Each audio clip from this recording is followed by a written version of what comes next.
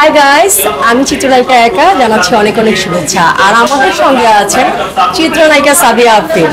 আজকে আমরা জানবো সাদিয়ার কাছ থেকে ওর প্রথম ভালোবাসা এবং ওর ছ্যাঁকা খাওয়ার ঘটনা। প্রথমে তুমি বলবো ফার্স্ট লাভ কিভাবে হলো, কে প্রপোজ করলো, তুমি না সেই ছেলে? প্রথম আমার লাইফে ছ্যাঁকা খাওয়ার ব্যাপারটা এখন পর্যন্ত আসেনি আর আসবেও না। প্রথম প্রপোজটি যাকে ভালোবেসেছি তার কাছ থেকে এসেছে এবং তাকে নিয়েই আছি, মানে সাকসেসফুল। সেই প্রিয়তমর কাছ থেকে প্রস্তাবটা এসেছে, তাকে নিয়েই আছে। ওয়াও, অনেক সুন্দর।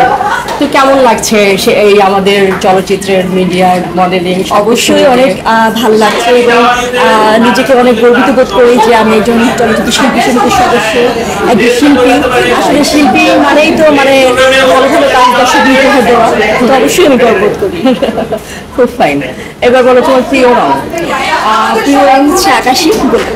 আর প্রিয় খাবার? প্রিয় খাবার চটপটি ফুচকা। অনেক সুন্দর, চটপটি ফুচকা। তাহলে ভাত মাংস পোলাও অনেক মজা। তাহলে প্রিয় মানুষের জন্য কিছু একটা বলো। প্রিয় মানুষের জন্য সবসময় চাই শুভকামনা, সবসময় আমাকে যেরকম ভালোবাসছে সেরকম সবসময় ভালোবেসে যাবে সারা জীবন, ইনশাআল্লাহ। ইনশাআল্লাহ। খুব ভালো লাগলো সাদিয়ার সঙ্গে কথা বলে। সাদিয়ার কাছ থেকে এখন আমরা শুনবো স্মরণীয় বিশেষ একটি চলচ্চিত্র শুটিং করতে গিয়ে এরকম কোনো বিশেষ ঘটনা ঘটেছে যেটা স্মরণীয় হয়ে আছে। আসলে শুটিং করার সময় যখন আমরা মেকআপ নিয়ে যাই দর্শকের সামনে ক্যামেরার সামনে, তখন আসলে যখন হয়তো বা ইন্ডোর যখন শুটিং হয় তখন তো দর্শকরা আমাদের দেখতে পায় না, কিন্তু আউটডোরে গেলে পরে দর্শকদের যে আসলে শিল্পীদের প্রতি যে ভালোবাসাটা, এরকম অভিজ্ঞতা অনেকবারই হয়েছে। মানে তাদের যে কাছে এসে ছবি তোলা বা সাক্ষাৎকার নিতে চাওয়া, একটা অটোগ্রাফ নিতে চাওয়া, তো এই বিষয়গুলো আসলে আমাকে অনেক ইমোশন করে। Wow, wonderful.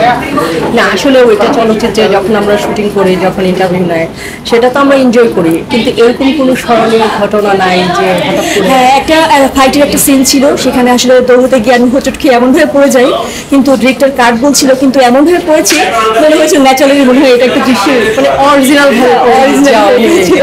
কিন্তু ওদিকে আমার পা একদম পুরো হোঁচট খেয়ে একদম অবস্থা শেষ।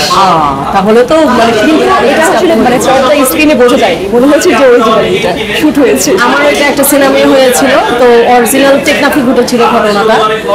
ডাইরেক্টর অরিজিনাল একটা কুড়াল দিয়ে দিয়েছিল, মানে কুমির আমার পা চেপে ধরবে, পায়ে কামড় দিয়ে ধরবে, নায়ক যে কুড়াল দিয়ে কুমিরটাকে মারবে।